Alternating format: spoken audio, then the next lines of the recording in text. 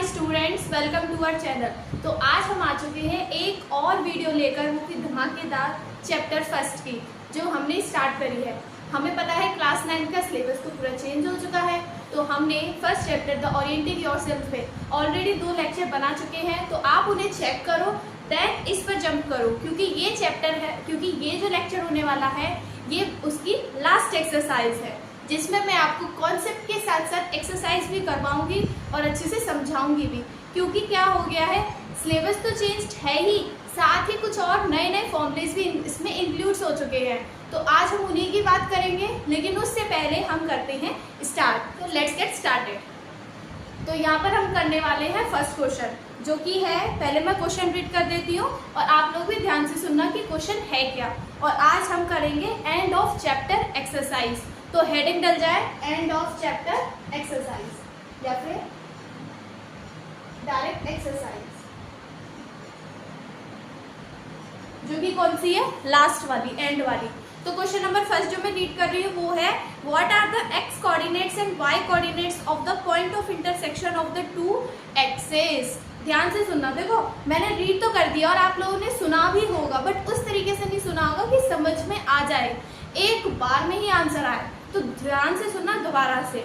What are the X coordinates and Y coordinates of the point of intersection of the two axes. मतलब ये है, हमारी 2 axis होती है, एक एक्स एक वाई होती है और एक एक्स होती है। तो जो दोनों एक्सिस इंटरसेक्ट करती हैं उसको हम क्या बोलते हैं? सिंपल सी बात है भाई, जो हमने शुरू से पढ़ा है, जब हम चैप्टर ये वाला करते हैं तो वो नॉर्मली आता ही आता है, तो उसका नाम हो जाएगा क्या, ऑरिजिन। तो यहाँ पर हम लिखेंगे आंसर नंबर फर्स्ट क्या हो जाएगा, ऑरिजिन। तो ऑरिजिन बोलते हैं उसको, और इसके कोऑर्डिनेट्स लिखने के लिए क्या करेंगे, 0,0 कर देंगे। नाउ सेकेंड, तो ये हम आंसर्स कर रहे हैं आज, ठीक है। क्वेश्चन बुक आप लोगों के पास होगी, अगर नहीं भी होगी तो आप लोग सुन के या फिर यहाँ पर देख के काम चला सकते हैं।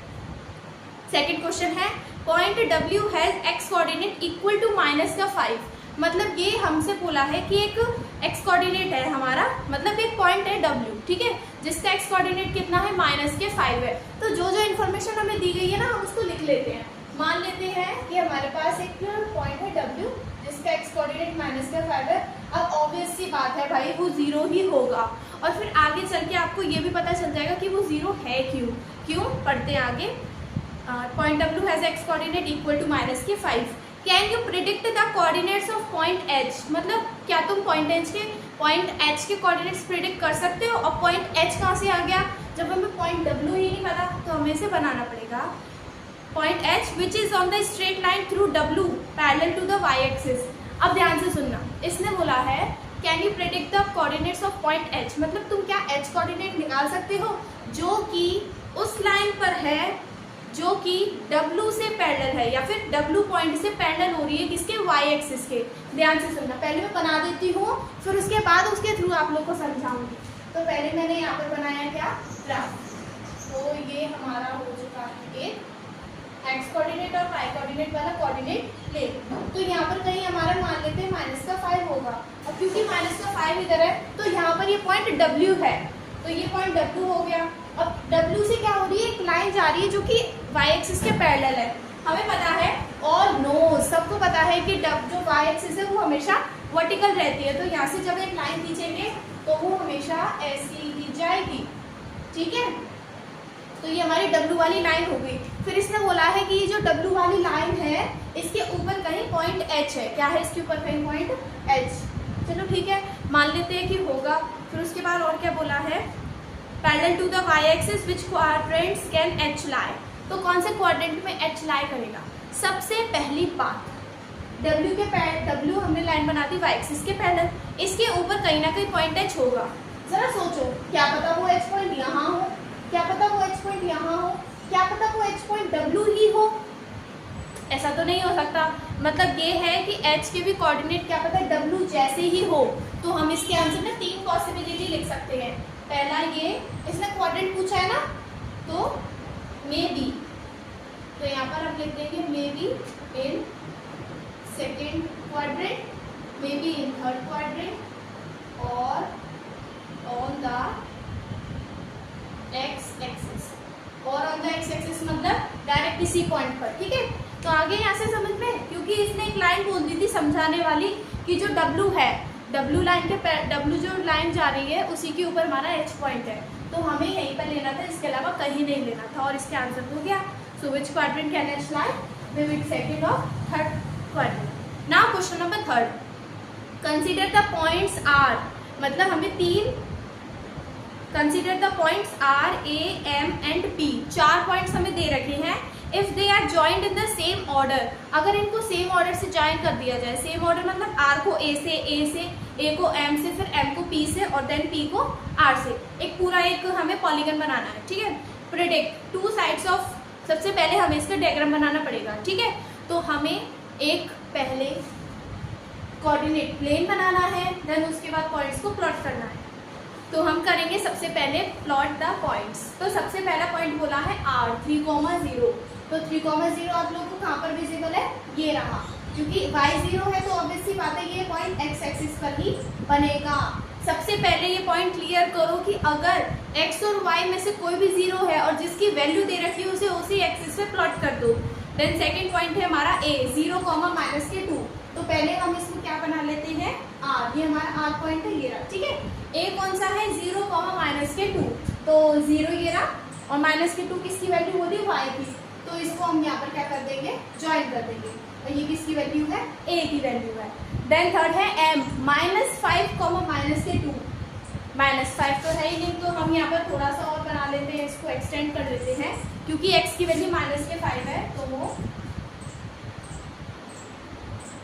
यहाँ पर ये हो जाएगा हमारा -5। तो इसमें बोला है कि इसको करना है अब हमें -5 और -2, तो -5 ये रहा और -2 ये रहा, तो यहाँ कहीं ये आकर क्या कर जाएगा, प्लॉट हो जाएगा।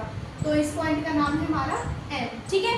देन उसके बाद है लास्ट पॉइंट P -5, 2, तो -5 ये रहा और y एक्सिस कितनी है 2 है, तो ये यहाँ पर कहीं आकर कर देगा इसको, तो ये हमने प्लॉट कर दिया। तो R, A, M and P, फिर इसने बोला था इनको उसी से ऑर्डर से ज्वाइन भी करना है, तो जब हम इसे ज्वाइन कर देंगे तो हम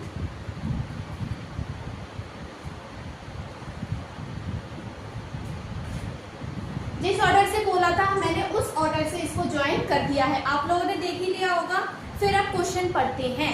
सबसे पहला, two sides of RAMP ramp that are perpendicular to each other, मतलब ये RAMP, ये जो फिगर बन रहा है हमारा, इसमें दो साइड ऐसी है जो कि आपस में परपेंडिकुलर है। अब परपेंडिकुलर के देखो क्राइटेरिया क्या होता है कि एक स्ट्रेट लाइन के ऊपर दूसरी स्ट्रेट लाइन अगर गिर जाए, इंटरसेक्ट कर जाए उसको, तो यहाँ पर दोनों तरफ क्या बनेगा, परपेंडिकुलर बनेगा।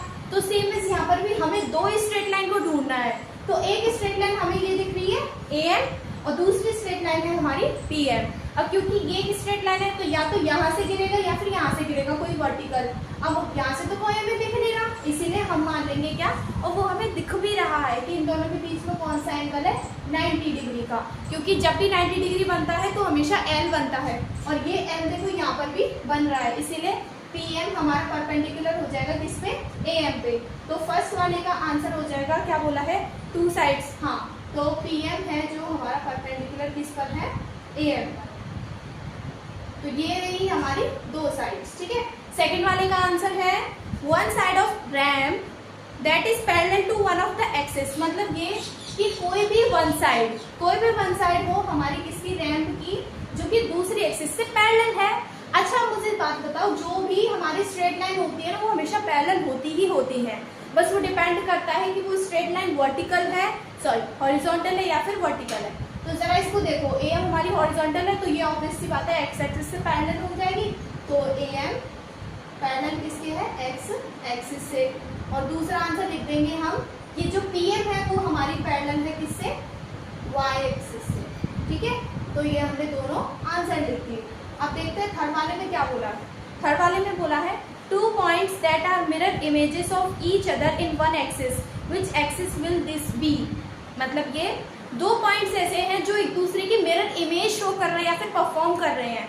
अब देखो मैं आप लोगों को एक बात बताऊं, क्योंकि यहाँ पर सिर्फ और सिर्फ ये ही दोनों ऐसे पॉइंट्स हैं जो परपेंडिकुलर भी है और स्ट्रेट लाइन है तो पैरेलल भी है, और देखा जाए तो इनकी डिस्टेंसेस एक्स से देखो कितनी डिस्टेंस पर है, ये 2, और सेम एज एक्स से ऊपर वाला पॉइंट कितने डिस्टेंस पर है 2। तो ऑब्वियसली बात है ये हमारी मिरर इमेज है। और फिर ये देखो एक्स एक्सिस पे कितना पॉइंट है -5, ये चेंज भी नहीं हुआ है, तो इसीलिए यहाँ पर हम आंसर लिखेंगे क्या बोला है 2 पॉइंट्स। तो कौन कौन से पॉइंट्स है वो P एंड M, तो P एंड M। फिर इसने बोला है और जो मिरर इमेज बन रही है वो वाली एक्सिस कौन सी है जो एज अ मिरर, जो एक्ट एज अ मिरर कर रही है, तो वो है हमारी कौन सी एक्सिस, एक्स एक्सिस। तो वो कौन सी एक्सिस है, एक्स एक्सिस। यहाँ पर हमारा थर्ड क्वेश्चन कंप्लीट हो चुका है। फिर इसने बोला है now plot the points and verify your prediction. अब हम ये बताओ, अब हमने कर दिया जो करना था, वेरीफाई भी कर दिया और प्लॉट्स भी कर दिए पॉइंट्स को। अब हम करते हैं नेक्स्ट 5th क्वेश्चन। उसके लिए मुझे इसे रेज करना पड़ेगा और उससे पहले आप लोगों को नोट करना है। तो नोट हो चुका, अब पढ़ते हैं क्वेश्चन नंबर 5। पहले मैं रीड कर देती हूँ, ठीक है। तो क्वेश्चन नंबर 5 बोला है, सॉरी 5th नहीं 4th करना है आपको, क्योंकि लास्ट टाइम तो हमारा 4th हुआ था, 3rd हुआ था ना, ठीक है। तो मैं 4th क्वेश्चन रीड कर रही हूँ, ध्यान से सुनना। Plot point z 5, -6 on the Cartesian plane. मतलब हमें ये जो पॉइंट बोला है इसको कार्टेशियन प्लेन पे क्या करना है, प्लॉट करना है। कौन सा पॉइंट है 5, -6। जब तक मैं आप लोग को समझा रही हूँ उतने में तो आप लोग प्लॉट करना शुरू कर दो, ठीक है। देन नेक्स्ट बता देती हूँ, construct a right angle triangle IZN। मतलब फिर उसके बाद हमें Z से ही एक राइट एंगल को कंस्ट्रक्ट करना है, मतलब उसका नाम होगा IZ और N, ठीक है। फिर उसके बाद फिर से बोला है and find the length of the 3 side. फिर उसके बाद तीनों साइड की हमें क्या बतानी है, लेंथ बतानी है।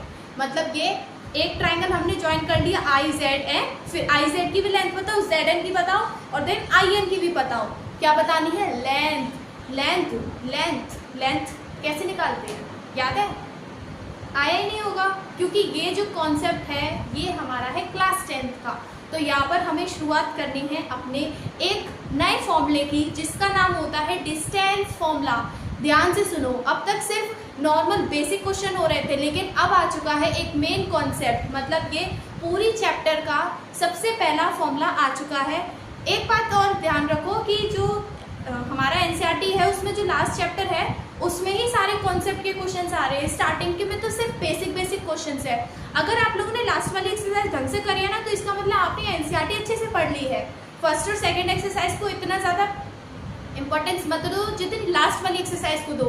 लास्ट वाली एक्सरसाइज एक तरह से मिसलेनियस एक्सरसाइज होने वाली है, जिसको करना बहुत इंपॉर्टेंट है। तो पहले हम डिस्टेंस फॉर्मूला स्टार्ट करते हैं, मतलब नया कॉन्सेप्ट स्टार्ट करते हैं और उसकी हेडिंग दे जाए क्या है, डिस्टेंस फॉर्मूला। अब डिस्टेंस फॉर्मूला होता क्या है, ध्यान से सुनो। देखो, मान लो कि कार्टेशियन प्लेन में हमारे 2 पॉइंट्स हैं, ठीक है। कोई भी 2 पॉइंट मान लेते हैं हम, x एंड y मान लीजिए। चलो x एंड y छोड़ो, a और b मान लेते हैं। तो यहाँ पर है हमारा एक पॉइंट a और दूसरा है हमारा पॉइंट b। तो a के कोऑर्डिनेट हम मान लेते हैं x1 और y1 और b के मान लेते हैं हम x2 और y2। भाई हमने स्टार्टिंग से ही पढ़ा है, कोई भी पॉइंट हो उसकी फॉर्म हमेशा x और y की फॉर्म में ही होती है। तो हमने भी यहाँ पर इसको 1 माना दोनों को, और सेम एज b, मतलब b वाले को भी x2 और y2 ही मान लिया है। अब इन दोनों की डिस्टेंस निकालने का मतलब ये है कि इन दोनों के बीच में कितनी लेंथ है, मतलब वो दोनों कितनी दूरी पर खड़े हैं। लाइक दैट, मान लो मैं मैं यहाँ पर हूँ, ठीक है, एकदम जस्ट बोर्ड के पास हूँ, तो बोर्ड के कोई ना कोई पॉइंट्स होंगे, वही मेरे पॉइंट्स हो जाएंगे, क्योंकि मैं नीचे जो खड़ी हूँ और इसके जस्ट सामने खड़ी हूँ, बगल में बिल्कुल। फिर आप लोग भी बैठे होंगे, आप लोग जहाँ बैठे हो उसके भी कोई ना कोई कोऑर्डिनेट जरूर होंगे। तो हम दोनों अपने कोऑर्डिनेट्स को इस वाले फॉर्मूले से शेयर करके ये निकाल सकते हैं कि हम कितनी दूरी पर है। या फिर कह सकते हैं कि आप तो भाई आपकी तो पता नहीं कितनी दूर बैठे हो, जैसे कि मैं हूँ और मेरा ये वाला फोन है, तो इसके भी कोई ना कोई पॉइंट्स होंगे, प्लेन कोई ना कोई कोऑर्डिनेट्स होंगे। तो हम दोनों अपने कोऑर्डिनेट्स को शेयर करके या फिर फॉर्मूला लगा के निकाल सकते हैं कि हम दोनों के बीच में कितनी डिस्टेंस है। नॉर्मली हम ऐसे भी कर सकते हैं, बट ये चीज़ तब आती है जब हमारा कोई भी पॉइंट कहीं भी दे रखा हो, maybe in the 3D plane भी हो सकता है, लेकिन वहाँ पर हमारे तीसरा कोऑर्डिनेट यूज हो जाएगा। तो ये 2D के लिए पढ़ रहे हैं हम, तो यहाँ पर 2D का ही एग्जाम्पल होगा, ठीक है। अगर हम दोनों है ना, तो हम दोनों के लिए शायद कोई अलग क्राइटेरिया होगा। तो यहाँ पर पहले हम डिस्टेंस पढ़ लेते हैं। तो डिस्टेंस फॉर्मूला निकालने के लिए सबसे पहले लिखना पड़ता है हमें किसकी डिस्टेंस हम निकालते हैं, AB की निकाल रहे हो, इसकी बात है। तो यहाँ पर 2 फॉर्मूले हैं, तो यहाँ पर 2 पॉइंट्स हैं और एक फॉर्मूला है अंडर रूट में x2 - x1 का whole square plus y2 minus y1 का होल स्क्वायर।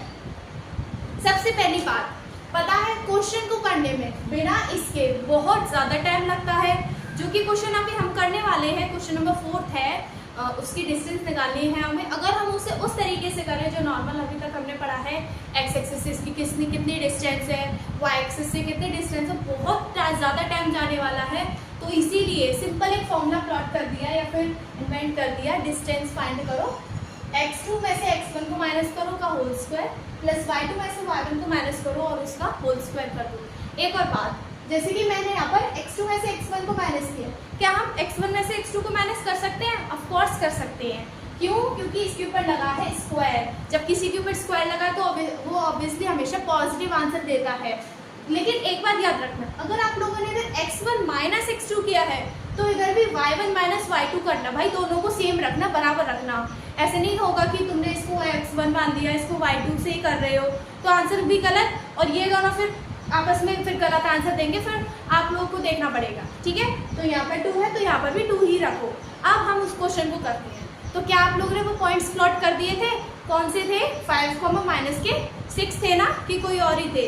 मैं एक बार चेक कर लेती हूँ। 5 माइनस के 6 थे, तो मैं यहाँ पर कहीं प्लॉट कर देती हूँ। क्वेश्चन नंबर कौन सा है हमारा? 4 है। तो सबसे पहले है 5 माइनस के 6, तो मैं यहाँ पर कहीं भी ऐसे करके कर लेती हूँ। और 5 है तो x की वैल्यू होनी चाहिए, ऑब्वियसली बात है। तो 1 2 3 4 एंड 5, ये x एक्सिस है, ये y एक्सिस है, ये x डैश है और ये हमारा y डैश है। और यहाँ पर हमें -6 बनाना है, तो चलो बना देते हैं। -1 -2 -3 -4 -5 एंड -6। ठीक है, तो इसको हमने प्लॉट कर दिया। वो पॉइंट क्या था? 5 माइनस के 6 था। अब देखो 5 ये रहा, माइनस के 6 ये रहा।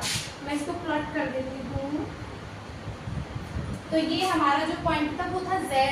याद हो आप लोगों को, z पॉइंट प्लॉट करना था हमको। देन उसके बाद बोला है ठीक है, हमने प्लॉट कर दिया। फिर यहाँ से हमें construct a right angle triangle IZN, find the length of the 3 sides. हमें यहीं से एक ट्राइंगल कंस्ट्रक्ट करना है।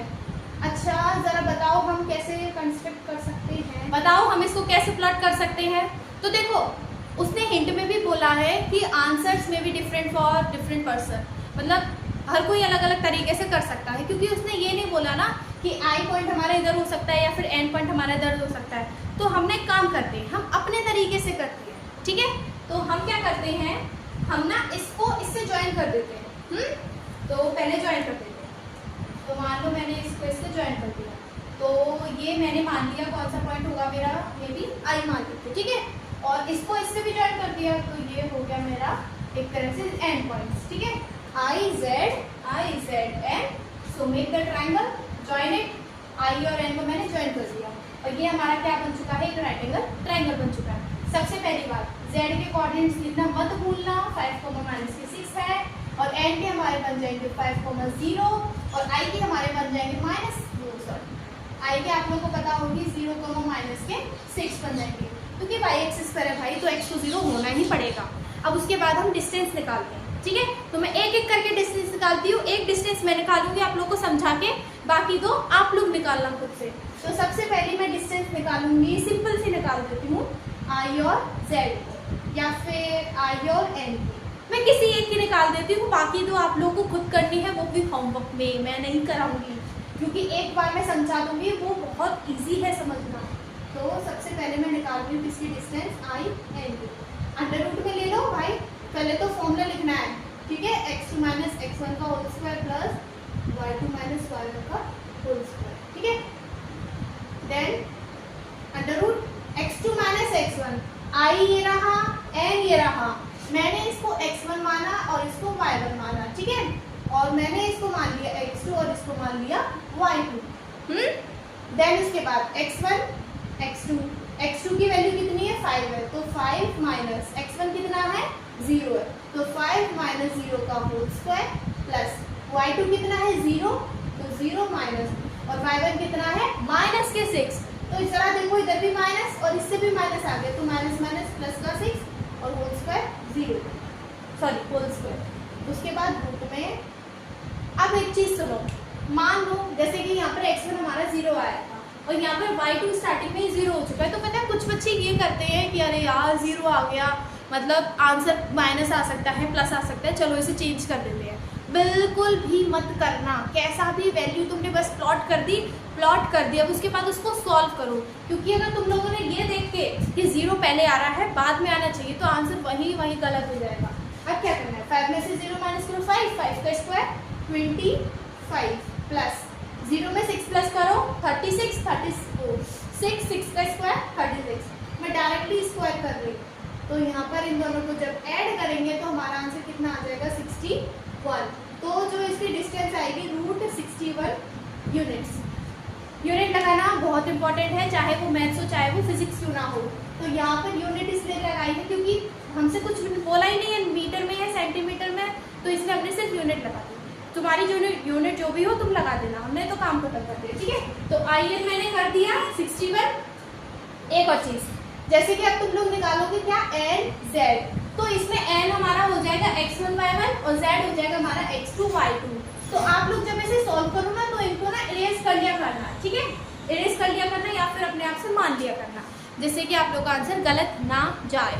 तो आप लोग मुझे कमेंट में करके बताना कि NZ की डिस्टेंस एंड IZ की डिस्टेंस क्या निकल के आई है। चलो नेक्स्ट क्वेश्चन करते हैं। तो अब आ चुके हैं क्वेश्चन नंबर 5 पे। सबसे पहले मैं रीड कर देती हूँ, ध्यान से सुनना, ठीक है। तो what would a system of coordinates be like if we did not have negative number. मतलब ये अगर मान लो हमारे पास कोऑर्डिनेट प्लेन है, कार्टेशियन सिस्टम है, अगर उसमें नेगेटिव नंबर हुई ही ना तो हमारा जो सिस्टम है वो कैसा लगेगा या फिर कैसा होगा। तो ऑब्वियस सी बात है, जरा ध्यान से सुनना। मान लो कि सारे नेगेटिव नंबर हटा दिए गए। अब क्योंकि हमें पता है ये चारों क्वाड्रेंट होते हैं, पहले वाले में दोनों पॉजिटिव होते हैं, दूसरे वाले में नेगेटिव और पॉजिटिव होते हैं, तीसरे वाले में नेगेटिव होते हैं और चौथे वाले में पॉजिटिव नेगेटिव होते हैं। भाई नेगेटिव नंबर तो तुम लोगों ने हटा दिए ना, तो इनको तो काटो, ठीक है। अब सिर्फ कौन सा बचा, फर्स्ट क्वाड्रेंट बचा। तो भाई उसने बोला है कि कैसा सिस्टम होगा, सिर्फ पॉजिटिव बचेगा और कुछ नहीं रहेगा, तो हम लिखेंगे ओनली पॉजिटिव सिस्टम एग्जिस्ट। तो पॉजिटिव या फिर फर्स्ट क्वाड्रेंट एग्जिस्ट, पॉजिटिव या फिर फर्स्ट क्वाड्रेंट एग्जिस्ट। आप लोग समझ जाना कि मैंने क्या लिखा है, ठीक है। वैसे इतना बेकार भी नहीं लग रहा है, समझ में आ रहा है ना, पॉजिटिव और फर्स्ट क्वाड्रेंट एग्जिस्ट करेगा। उसके बाद कुछ और भी बोला है, ध्यान से पढ़ते हैं। Would this system allow us to locate all the points on a 2D plane. मतलब क्या ये सिस्टम हमें अलाउ करेगा कि 2D प्लेन, क्या ये सिस्टम हमें अलाउ करेगा सारे पॉइंट्स को प्लॉट करने में? बिल्कुल नहीं करेगा भाई, क्योंकि ज़रा देखो, ज़रूरी थोड़ी ना कि हमारे पास जितने भी पॉइंट्स आते हैं वो सब पॉजिटिव ही हो, कभी नेगेटिव पॉइंट्स भी तो आते हैं। तो नेगेटिव पॉइंट्स को हम कहाँ पर प्लॉट करेंगे, यहाँ पर तो प्लॉट करेंगे नहीं, 2D है भाई, इसी पे प्लॉट करना पड़ेगा। और इसमें से तुम लोगों ने ये हटा दिए हैं तो हम नहीं प्लॉट कर सकते। तो इसका आंसर क्या लिखा जाएगा, एक बार और रीड कर लेते हैं। Would this system allows to locate, no this system not allows, so no this system not allows all the point, ठीक है। ऑल द पॉइंट्स में मेजरली सारे यही पॉइंट्स आ जाते हैं। अब प्लस को तो अलाउ करेगा ना, क्योंकि प्लस ही बचा है, लेकिन अभी हमारे पास 3 पॉइंट्स ऐसे हैं जो प्लॉट नहीं हो सकते, तो इसलिए हमने पूरा ओवरऑल हमने नो मान लिया है, ठीक है। तो यहाँ पर ना हम इसको अभी फिनिश करते हैं, मतलब ये ज़्यादा लेंथ वाली वीडियो हो जाएगी तो वो देखने में बिल्कुल बोरिंग लगेगी। तो हम नेक्स्ट में स्टार्ट करेंगे, क्वेश्चन नंबर 5 हो चुका है, क्वेश्चन नंबर 6 से करेंगे बिल्कुल नए कॉन्सेप्ट के साथ। आप लोगों ने पढ़ ही लिया होगा कि कुछ ऐसा क्वेश्चन है जो स्ट्रेट लाइन पे आते हैं कि नहीं आते हैं, तो इसको मैं आप लोगों को एक हिंट दे देती हूँ, इसको हम बोलते हैं कोलिनियर पॉइंट्स, जो हम नेक्स्ट वीडियो में पढ़ने वाले हैं। तो तब तक के लिए बने रहिए।